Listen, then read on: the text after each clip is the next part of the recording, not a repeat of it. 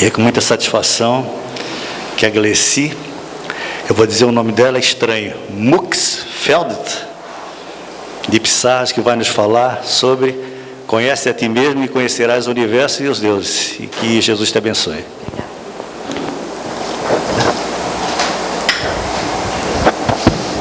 Boa tarde a todos. Que nesse momento nos sentamos abraçados pelo nosso Mestre Jesus e possamos sentir a energia desse ambiente a nos envolver. Vamos falar hoje sobre um tema bastante emblemático, porque não deixa de ser uma provocação a cada um de nós. O conhece-te a ti mesmo é uma provocação, porque é uma proposta que todos nós deveríamos ter como foco primordial na nossa vida. Nos conhecer para saber quem somos. Será que cada um de nós já parou para perguntar-se quem eu sou? Da onde eu vim? Para onde eu vou? E o que eu estou fazendo aqui? Sócrates viveu há mais de 400 anos antes de Cristo. Quer dizer, há mais de 2.500 anos. E, no entanto, nós ainda não aprendemos a nos indagar, a nos conhecer, a refletir sobre a nossa origem e sobre o nosso destino, nosso futuro, né? Então, conhece-te a ti mesmo e conhecerás o universo e os deuses. Porque Jesus disse, vós sois deuses. E se ele disse, é porque dentro de nós habita um Deus. E esse Deus tem origem da luz, porque Deus é luz. Deus é amor. Será que eu já me dei conta que eu sou luz? Que eu sou amor? Que eu sou energia? Então é uma provocação, meus irmãos. E o pensamento socrático tem tudo a ver com o espiritismo. Não é por acaso que o senhor Allan Kardec introduz no Evangelho segundo o Espiritismo toda a teoria de Sócrates, toda a doutrina de Sócrates, porque ela é muito espiritualista. Sócrates era um espírito de vanguarda que tinha a crença da imortalidade da alma. E de tal forma acreditava Sócrates nisso, que no momento em que se encontrava preso, acusado de perverter a juventude pelas suas ideias, numa visita que sua esposa faz, ela diz, Sócrates, defende-te, diga que você é inocente, para que possam te libertar. Se você não disser que é inocente, você vai morrer inocente. E ele responde com a maior serenidade, mas tu querias o quê, mulher? Que eu morresse sendo culpado? Não é melhor morrer sendo inocente do que morrer sendo culpado? E eu não morro, porque eu viverei sempre. Então veja que grandioso esse espírito, que tinha a fé dentro dele e a crença na imortalidade da alma. Não se importava com aquele corpo passageiro. E nós? Será que já paramos para refletir o que somos? Somos esse corpo que vemos, essa matéria densa, ainda tão preocupada com a materialidade da vida, em busca ainda dos prazeres materiais tão fortemente arraigados dentro de nós? Ou já despertamos e já somos seres em busca da espiritualidade, do autoburilamento? Será que já buscamos essa luz que temos dentro de nós? Então, na questão 919 do Livro dos Espíritos, nós vamos encontrar o senhor Allan Kardec questionando os espíritos, onde ele diz assim: qual o meio prático mais eficaz para se melhorar nesta vida e resistir ao arrastamento do mal? Olha que pergunta fabulosa. Só a pergunta já dá uma palestra, né? Será que nós já paramos para pensar a quantidade de mal que temos dentro de nós? Qual é o nosso potencial mais que se sobressai na nossa conduta, no nosso comportamento? O mal, meus irmãos, é a ausência do bem. Porém, ele nos persegue como uma sombra. Por mais que já sejamos espíritos um pouco mais evoluídos, que já nos consideremos homens e mulheres de bem, nós ainda temos a sombra do mal a nos perseguir. E se temos a sombra do mal a nos perseguir, esse mal vai surgir em qualquer momento em que estartar um processo em nosso comportamento que ainda não foi trabalhado. Porque nós ainda não temos total controle das nossas emoções. Lembro-me que Haroldo Dutra faz uma palestra onde ele conta um fato que ocorreu com ele. Haroldo Dutra é um palestrante espírita, juiz de direito, um homem intelectualizado e moralizado, um homem de bem. E então ele conta que um dia no trânsito um indivíduo o fecha. E ele ficou muito bravo. Então ele já abriu o vidro para falar alguma coisa. E o filho dele que estava com ele disse: papai, você vai xingar o homem? E aí ele para e diz: olha, eu pretendia. Aí fecha o vidro e começa a refletir quando o filho pergunta: e se este homem te conhece das palestras que você faz? Então, às vezes, a gente precisa ter este autocontrole das próprias emoções, porque é impulso. É impulso. Quando nós não dominamos totalmente as nossas emoções, nós vamos no impulso, porque o mal nos persegue como a sombra. Então, Kardec, ele questiona como é que eu posso resistir a este arrastamento do mal que me persegue. E então Santo Agostinho responde: um sábio da antiguidade vô-lo disse, numa referência a Sócrates: conhece-te a ti mesmo.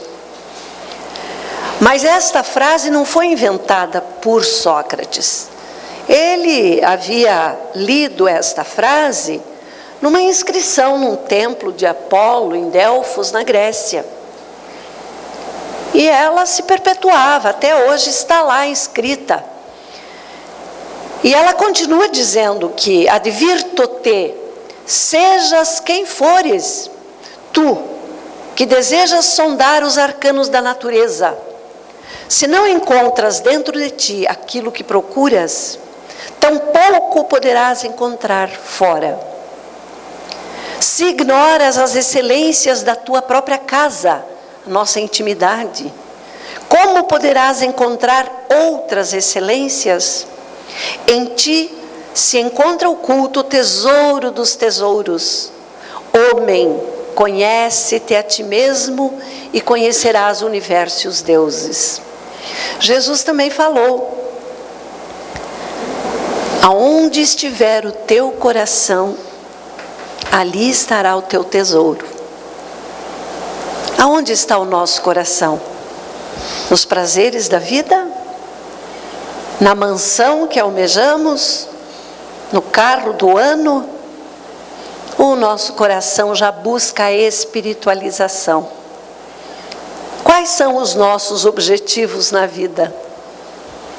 Buscar o autoburilamento, o aperfeiçoamento, a angelitude, Ou ainda estamos nos afogando no mar da vida material que nos envolve, nos esquecendo que não somos esse corpo que aqui está, e sim um espírito imortal, um espírito que já existia antes de aqui estar, um espírito que agora está aqui para um objetivo único, que é a evolução e o progresso, e que retornará à pátria espiritual no momento oportuno. E aí a gente precisa se conhecer para compreender isso. Porque a gente precisa se perguntar, puxa vida, mas como é que eu tenho uma prova de que eu sou um espírito imortal? Vamos perguntar, nós já paramos para perguntar isso? Por que tanta diferença entre a própria humanidade sobre a Terra? Aonde vamos explicar, senão com a reencarnação e a imortalidade da alma, aquela criança que com 3 anos toca áreas no piano, sem nunca ter estudado música? Ou aquele outro que com 8 anos é um exímio matemático, sem nunca ter estudado os números? Domina a matemática de tal forma, melhor que um catedrático. Aonde ele trouxe? Da onde ele trouxe este conhecimento? Como ele aprendeu e com quem? Ou então aquele ser que aos 13 anos se torna o maior neurocirurgião da história. Menino mexicano, que com 13 anos é catedrático nos Estados Unidos, aonde faz cirurgias neurológicas de alta envergadura. 13 anos, é professor. Aonde ele aprendeu isso?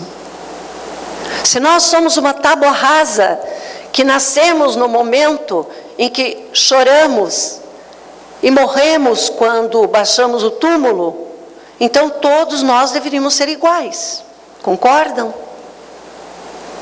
Por que tanta diferença de aptidões, de habilidades, de conhecimento?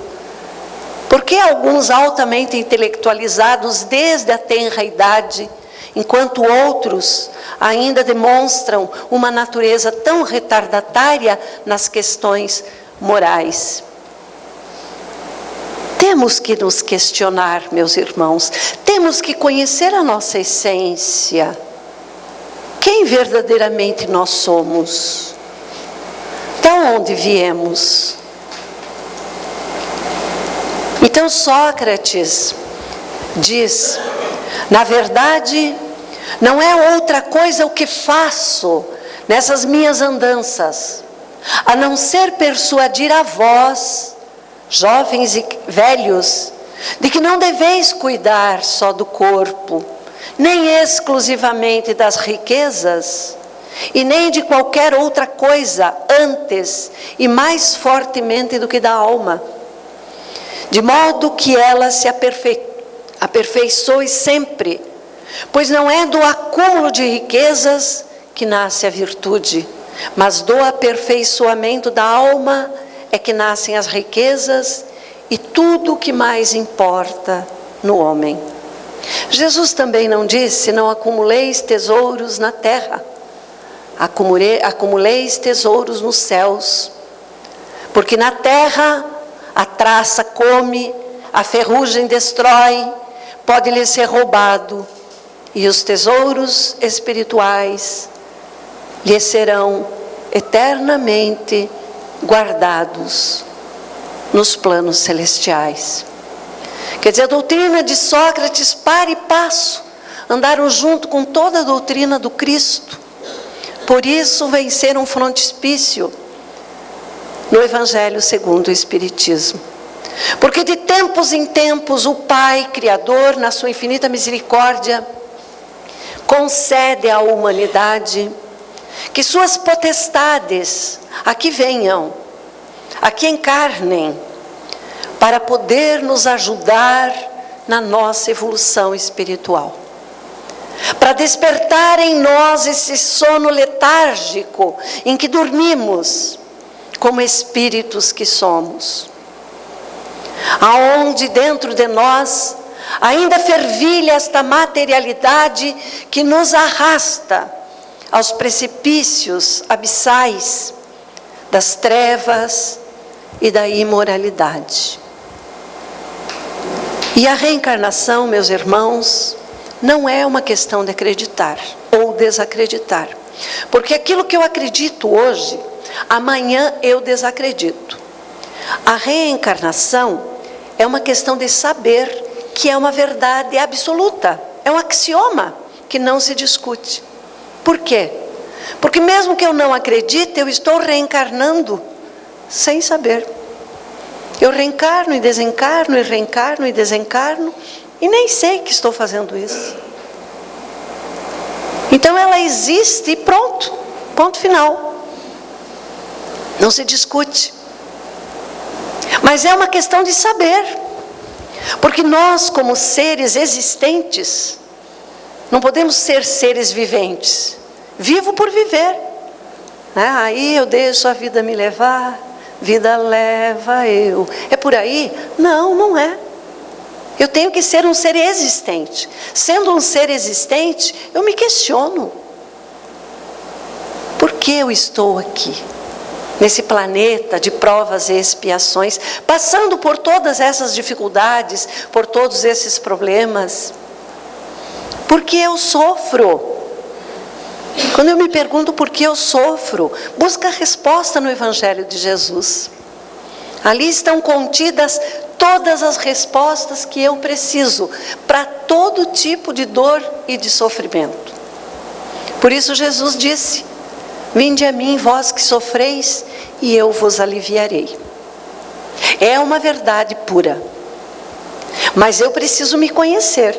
Se eu não me conheço, fica difícil eu aceitar esta verdade. Então eu trago essa figura maravilhosa para que a gente possa refletir um pouco. Nós estamos vendo ao fundo montanhas lindas que nos sugerem coisas bonitas. Mas eu sei das dificuldades e dos problemas que elas me dariam se eu ali estivesse. Eu conheço essas montanhas. Eu estou vendo um lago límpido, uma água cristalina. E eu sei das profundezas desta água e do lamaçal e das águas frias e abissais que eu posso encontrar se eu mergulhar nela. Eu conheço este lago. Eu vejo as flores maravilhosas, perfumadas. Mas será que ali não está um veneno mortal? Se ingerido pode me matar? E aí eu vejo as borboletas voejando. E aí eu paro e preciso me perguntar: que tipo de inseto é uma borboleta? Então ela não está ali por acaso. Porque ela vai nos trazer uma analogia daquilo que nós somos. Vamos refletir. A maioria ou todos aqui conhecem a lagarta que habita os nossos jardins. O que aquela lagarta feia faz? Ela destrói tudo que é verde. A lagarta é um tubo que não tem órgãos internos. Portanto, ela não perpetua a sua espécie. Mas ela come e evacua, come e evacua. A vida da lagarta é essa: comer e evacuar, comer e evacuar. Só. Passado um período, a lagarta libera um produto interno que é semelhante a um plástico vegetal e que faz com que ela se feche numa pupa. Esse plástico forma uma pupa em volta da lagarta. E ela passa por um período de transformação, que pode durar de 7 a 15 dias. E ela está ali quietinha. Ela se pendura num galho de árvore, num tronco de madeira, e ali ela fica como se estivesse morta. É um período de introspecção, onde ela está elaborando todo o seu processo reprodutivo. Se formos lá e cortarmos a pupa, a lagarta não sobrevive, a crisálida morre. Mas se permitirmos que naturalmente ela saia de dentro daquele casulo, vai surgir uma linda borboleta. Diferentemente da lagarta que come tudo e devasta o nosso jardim e vive para comer e evacuar, a borboleta se alimenta de pequenas gotículas de mel. Nunca pousa no charco, pousa nas flores, nas árvores, na relva. E aí vem um questionamento que nós precisamos nos fazer. Em que estágio eu estou? Como eu estou vivendo a minha vida? Eu ainda vivo para comer e evacuar? Sem me preocupar com a perpetuação da minha espécie espiritual? Vou morrer como lagarta. Ou eu já fiz um processo de introspecção, onde eu já parei para me perguntar quem eu sou, e quero me descobrir como um ser existente, filho da luz, como um ser criado por amor. Se eu fui criado por amor, eu sou amor. Eu já me perguntei isso. Por que eu não ajo com amor? Porque se ficarmos, meus irmãos, só no período da crisálida, só pensando e remoendo os próprios problemas, nós não vamos sobreviver e não vamos perpetuar a nossa espécie. Quem não conheceu Valmor Chagas da televisão? Um símbolo sexual da época. Um homem bonito, um ator famoso, um ícone, invejado por homens e desejado por mulheres. Um certo dia, como nós muitas vezes fazemos, Valmor Chagas, descontente com os homens e mulheres com os quais ele convivia, ele disse: chega, vou viver isolado da humanidade. Comprou um sítio e lá se refugiou sozinho.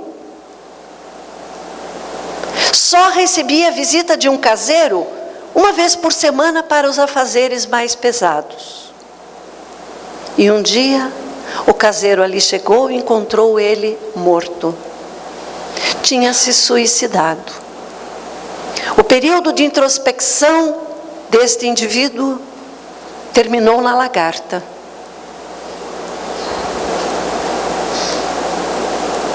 Mas se tivesse se permitido romper o próprio casulo e tivesse deixado nascer a borboleta, teria se espiritualizado.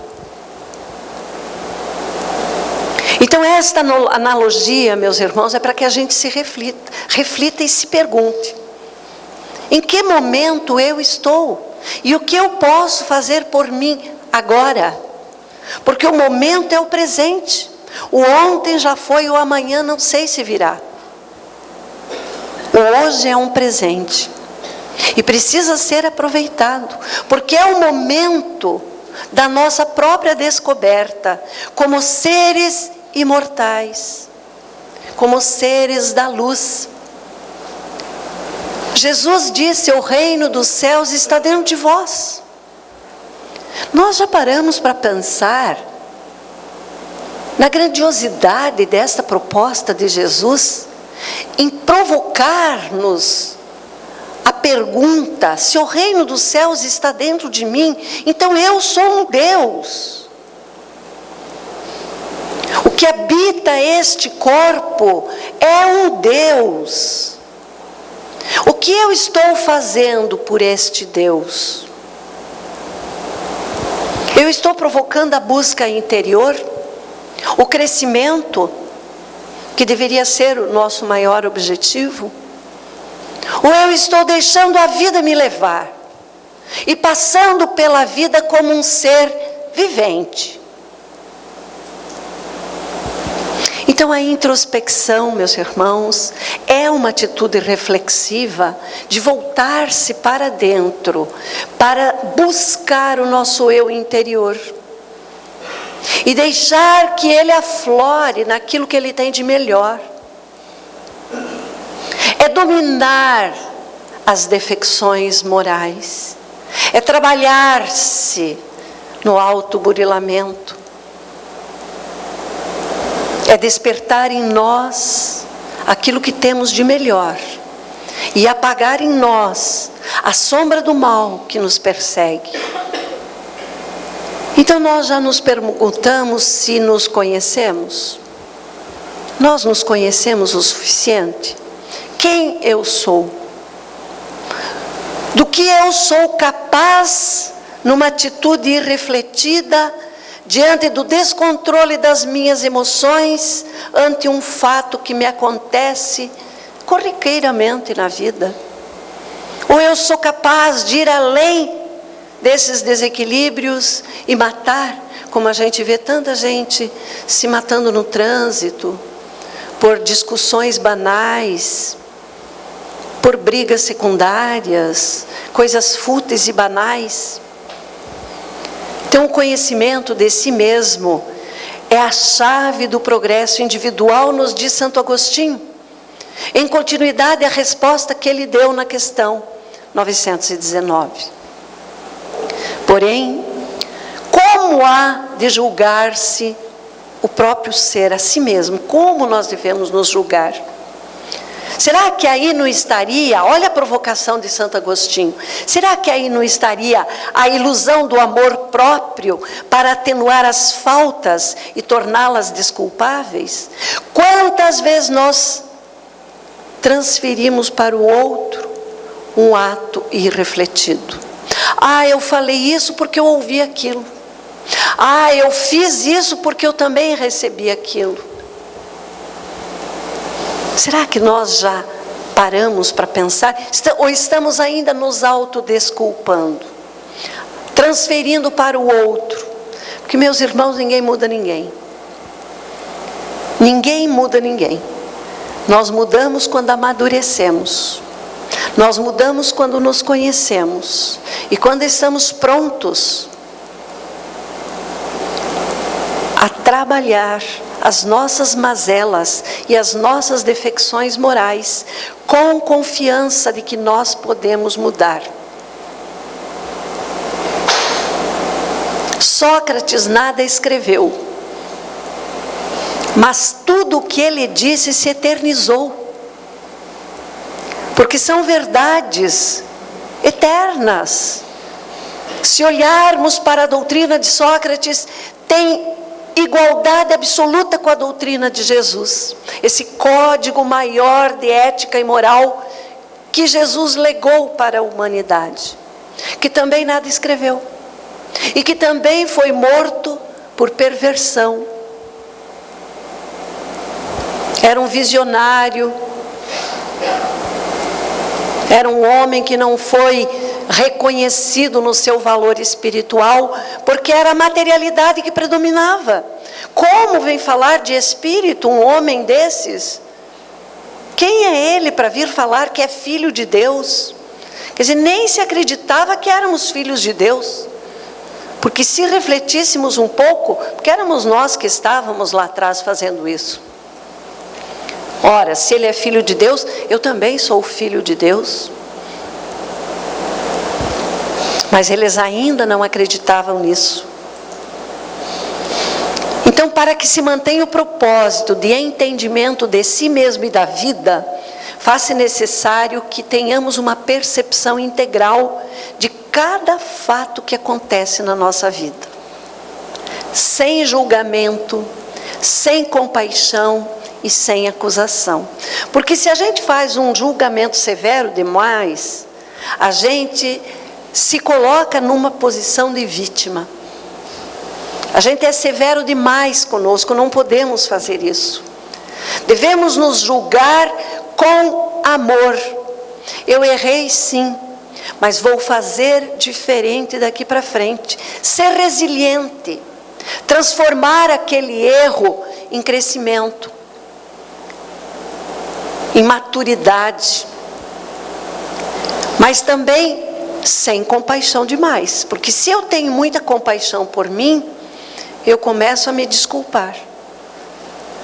Eu errei porque eu sou humano. Quem nunca disse isso? Eu errei porque eu sou humano. Eu não concordo com essa frase. Antes eu diria diferente. Eu sou humano porque eu erro. Porque o dia que eu não errar mais, eu serei anjo. E nós estamos num momento da nossa vida que o próximo passo é a angelitude. Olha o que já trilhamos para trás. Olha o que já crescemos, o que já evoluímos. O próximo passo é angelitude. Então, eu não erro porque eu sou humano. Eu sou humano porque ainda erro. O dia que eu não deixar mais o mal me perseguir como sombra e deixar o bem aflorar dentro de mim, eu serei anjo. E sem acusação. Que eu não me acuse. Porque quando a gente se acusa, a gente faz um processo de remorso. Eu não eduquei bem meus filhos. Vamos arrastar isso para o resto da vida. A culpa, a acusação e o remorso que vai nos corroer por dentro, meus irmãos, de tal forma que vai nos levar a processos depressivos, a transtornos fóbicos, a desvio de comportamento. E não podemos mais adoecer por acusações. Temos que nos dar o auto-perdão. E o auto-perdão nos prepara para o perdão. Só somos capazes de perdoar quando nós nos perdoamos. Então é um aprendizado. E se estamos aqui juntos para nos perdoar, é porque necessitamos dessa prova de amor. Sem isso não aprenderíamos a lição do amor que Jesus nos legou há 2000 anos, um pouco mais de 2000 anos.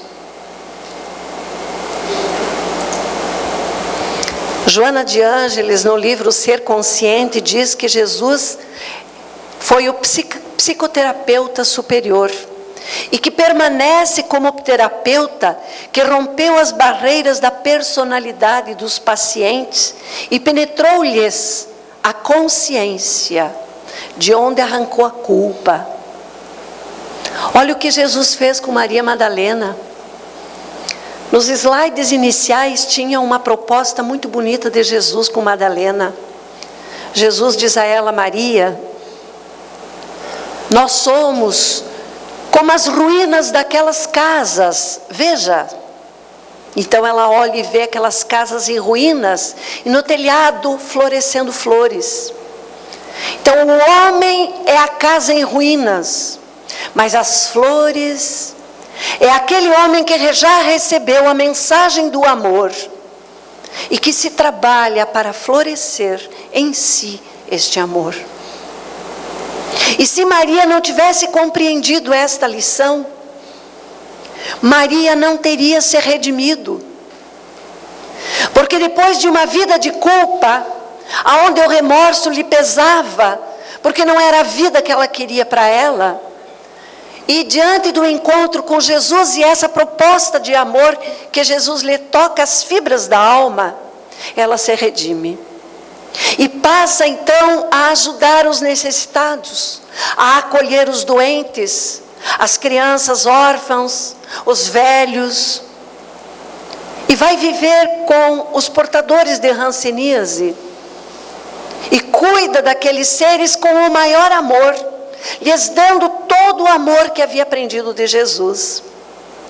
E o dia em que ela desencarna, também com esta doença da lepra, ela é recebida por Jesus, que diz: vem Maria, vem que a tua redenção chegou. Então, vamos arrancar esta culpa de dentro de nós, a fim de proporcionar a catarse salvadora e a recomposição da individualidade aturdida. Nós não somos esta persona que está aqui. Esta persona que hoje diz ser Glessi, já foi Maria, já foi João, já foi Francisco. Será outros seres num futuro próximo. Eu estou Glessi. Mas esse espírito que hoje diz se chamar Glessi é um ser único. É um ser individual com toda a sua bagagem. E é filho de Deus. É filho da luz. E é amor. E isso, meus irmãos, tornou-se um marco da psicologia transpessoal, por adotar a postura mediante a qual Jesus considera o indivíduo um ser essencialmente espiritual, em transitória experiência física, que faz parte do nosso programa de autoburilamento. Antes de reencarnarmos, passamos por um comitê de reencarnação. Pedimos para vir na condição que estamos. Imploramos para vir com aquelas pessoas que mais prejudicamos, para que aprendêssemos a amar, para que aprendêssemos a respeitar, para que aprendêssemos a ajudar. Divaldo Pereira Franco conta uma história muito bonita. Ele diz que ele visitava periodicamente uma casa espírita, onde ele dava palestra. E lá ele encontrou uma senhora que um dia lhe fez um desabafo. Divaldo, eu sou uma criatura muito sofrida. Eu estou casada com um homem tirânico. Ele é um déspota. Ele é mau, ele é cruel, ele me judia. E Divaldo só ouvia. Mas Divaldo, como espírita que eu sou, eu tenho a convicção que nunca eu vou me separar dele. Porque eu vou aguentar até o fim, para nunca mais ter que reencarnar com ele. E Divaldo olhou para ela e disse: Passado um tempo, Divaldo volta àquela casa e ela vem toda feliz. Desencarnou o meu marido. Me libertei, Divaldo. Passado mais um tempo, Divaldo volta novamente à casa e ela também havia desencarnado. E aí a situação foi outra. Porque aí ela se encontra no Ministério da Reencarnação com quem? Com aquele que fora seu marido. E ante aqueles ministros da preparação reencarnatória, ela faz um questionamento. Vocês não estão querendo que eu volte com ele, né? Olha, minha irmã vai ter que voltar. Mas como eu aguentei tudo dele, para me libertar, para me ver livre. Eu aguentei 70 anos de sofrimento. Pois é, minha irmã, aguentou. Agora vai para amar. É a lei do amor. Nós estamos aqui para amar. Para aprender a amar. E aí vem mais um questionamento. Eu sei amar? Eu sei amar? Ou eu penso ainda que o amor está envolvido com a sensualidade, com o sexo, com a formosura, com a beleza? Será que aquele filho difícil envolvido em droga, eu não ajudei a desvirtuar? Mas eu tenho ele agora para aprender a amar, para ajudá-lo, para socorrê-lo nas dificuldades. A mãe, o pai difícil, o cônjuge. É o autoburilamento.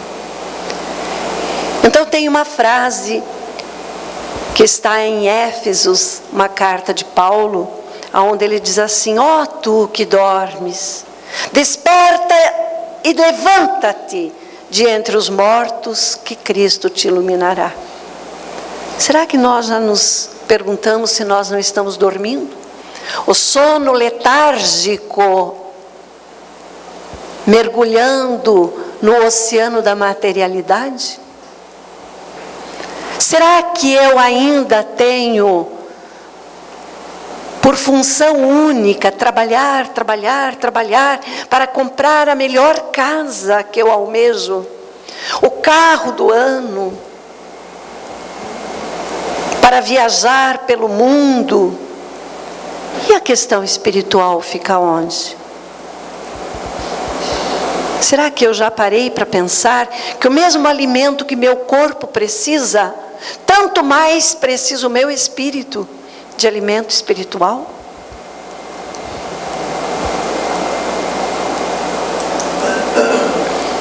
Então conhecermos-nos, aceitarmos-nos, perdoarmos-nos e, sobretudo, se responsabilizar pelos próprios atos.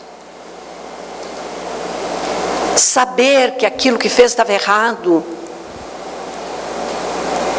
São propostas inadiáveis, meus irmãos. O conhecer-te a ti mesmo envolve essas prerrogativas. Estão embutidas, não tem como fazer essa dicotomia. Eu preciso me conhecer, eu preciso me aceitar, eu preciso me perdoar e eu preciso me responsabilizar por tudo. Liberando-me das imagens errôneas a respeito da vida, o ser deve assumir a realidade do processo da evolução e vencer-se. Eu não preciso vencer o outro. Eu não preciso me preocupar de ser melhor que o outro. Eu preciso vencer a mim mesmo. Eu preciso superar as minhas próprias limitações. Porque se eu sou luz, se eu sou Deus, se eu sou amor, eu posso tudo. Por que eu me limito? Por que eu me amputo? Devo superar os fatores da perturbação, da destruição. Quantos de nós, nessa busca desenfreada, cai em buscas vãs? Sexo sem limites, droga, bebida, maledicência, inveja, ciúme. É uma autodestruição. Então, no dizer de Joana de Ângeles, não existem doenças. Doenças não existem. Todas elas são criadas por nós. Existem doentes.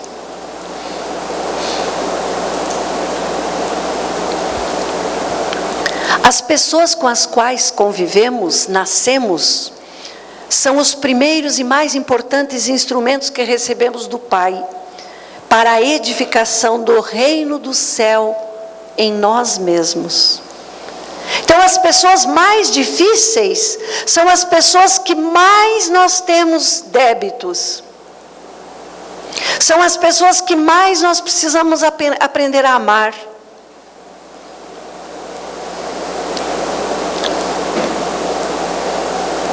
Que a gente possa olhar para o outro com este olhar de amor. E possamos fazer ao outro aquilo que a gente quer para si mesmo. Confirmando aquilo que Jesus disse. Busca fazer para o outro aquilo que você deseja para si. E não faça para o outro aquilo que você não quer para você. O lar é a escola das almas. É o cadinho purificador onde se misturam elementos para se transformar em algo maior. É o autoburilamento, é o crescimento.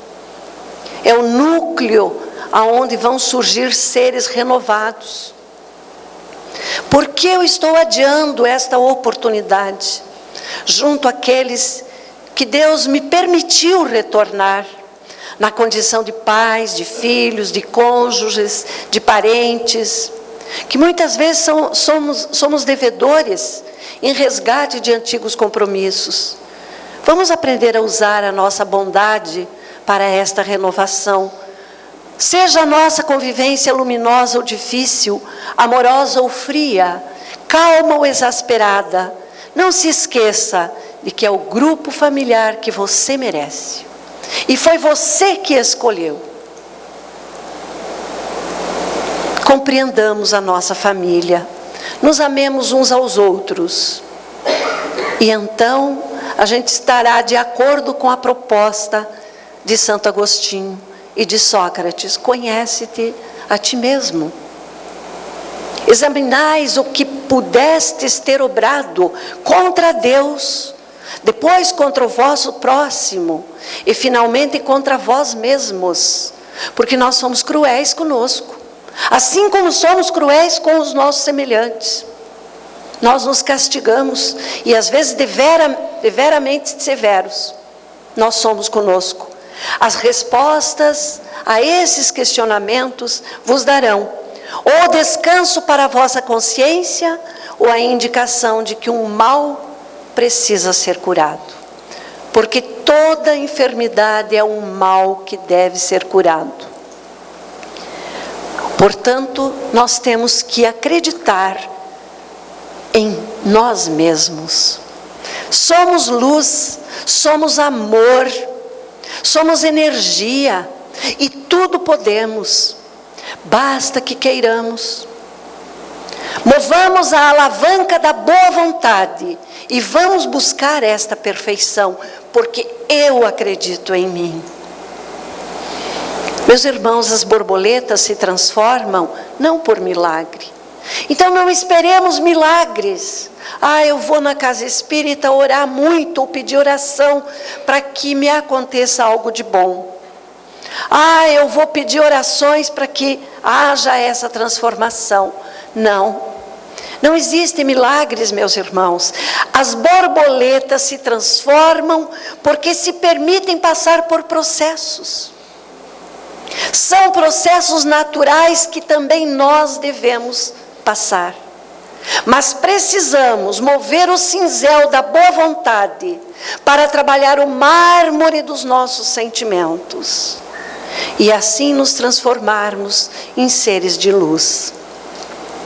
Eu agradeço a atenção de todos e que a reflexão sirva para que possamos amadurecer em nós esse ser infinito que habita este corpo tão endurecido. Muito obrigada. Uma boa tarde. Obrigado, Glessi, pela palestra da noite, e que todos possam levar para o seu íntimo as reflexões dessa exibição, né? Porque todo conhecimento nos consola.